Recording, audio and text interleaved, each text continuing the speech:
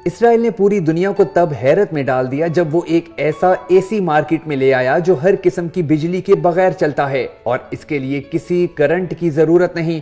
آپ بس بٹن آن کریں اور یہ ہوا میں موجود گیسز سے چلنا شروع کر دے گا۔ صرف آدھے گھنٹے میں کمرے کا ٹمپریچر 15 ڈگری تک نیچے لے آئے گا۔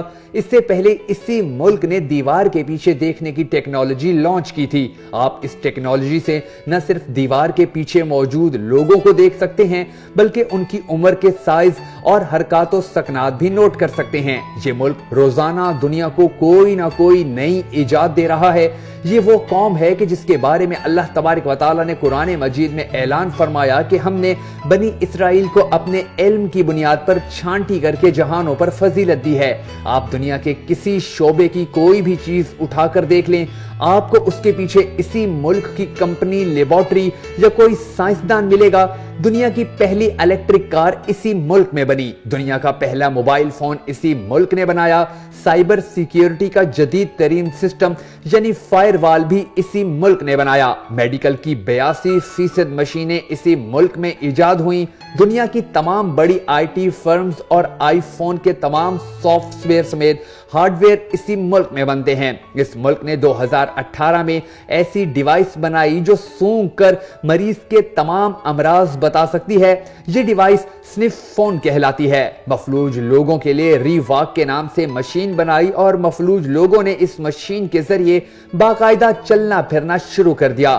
کیپسول سائز کا پل کیمرہ بنایا، مریض یہ کیپسول نگلتے ہیں اور کیمرہ ان کے جسم کے سارے اندرونی اعضاء کا جائزہ لے کر باہر آ جاتا ہے۔ اسی ملک نے دل کے لیے ربڑ جیسا فلیکسیبل سٹنٹ بھی بنایا۔ یہ ایجاد اب تک کروڑوں لوگوں کی جان بچا چکی ہے۔ دنیا کو پہلا ICQ اسی ملک نے 1996 میں دیا تھا۔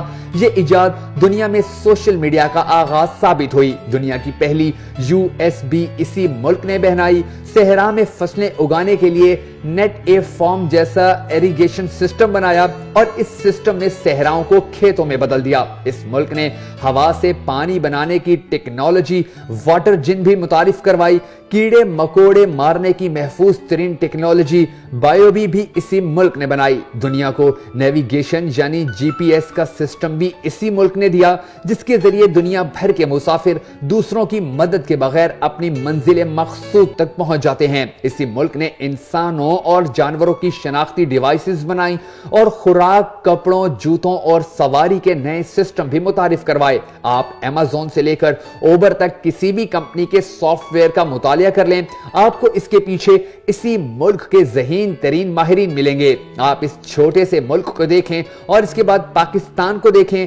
ہمارے صرف ایک شہر لاہور کی آبادی اس ملک کی کل آبادی کے قریب ہے، لیکن ہم اپنی ضرورت کی خوراک تک پیدا نہیں کر پا رہے۔ ہم کھانے کا تیل، گندم، دالیں، پیٹرول اور گیس تک امپورٹ کرتے ہیں۔ ہمارے ملک میں ہماری ضرورت کے مطابق پیٹرول اور گیس دونوں موجود ہیں، لیکن ہم اسے نکالنے کی اہلیت نہیں رکھتے، اور ہم اگر اسے نکال بھی لیں تو ہمارے اپنے لوگ پائپ لائن کو اڑا دیتے ہیں۔ ہم اس ملک میں فوج کی پوری ڈویژن کے بغیر گیس اور پیٹرول کے لیے ڈرلنگ نہیں کر سکتے۔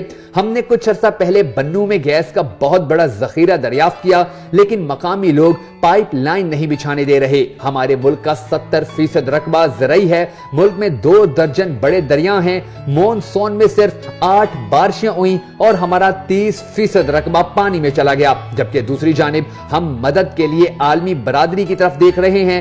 ہم آج بھی metro, overhead railway, PIA، motorways اور انٹر سٹی بس سروس پر جھگڑ رہے ہیں۔ ہم ملک میں ویکسین تک نہیں بنا پا رہے، اپنے بچوں کو پولیو کے قطرے تک پلانے کے لیے تیار نہیں ہیں، اور ہمارے اندر گلیوں کا کوڑا تک اٹھانے کی اہلیت نہیں۔ آپ ملک کا کوئی ایک صاف ستھرا کونا دکھا دیں یا کوئی ایک شہر بتا دیں جس کے شہریوں کو صاف پانی اور اصلی خوراک مل رہی ہو۔ آپ دل پر ہاتھ رکھ کر جواب دیجئے، کیا ہمیں قوم کہلوانے کا حق حاصل ہے یا نہیں؟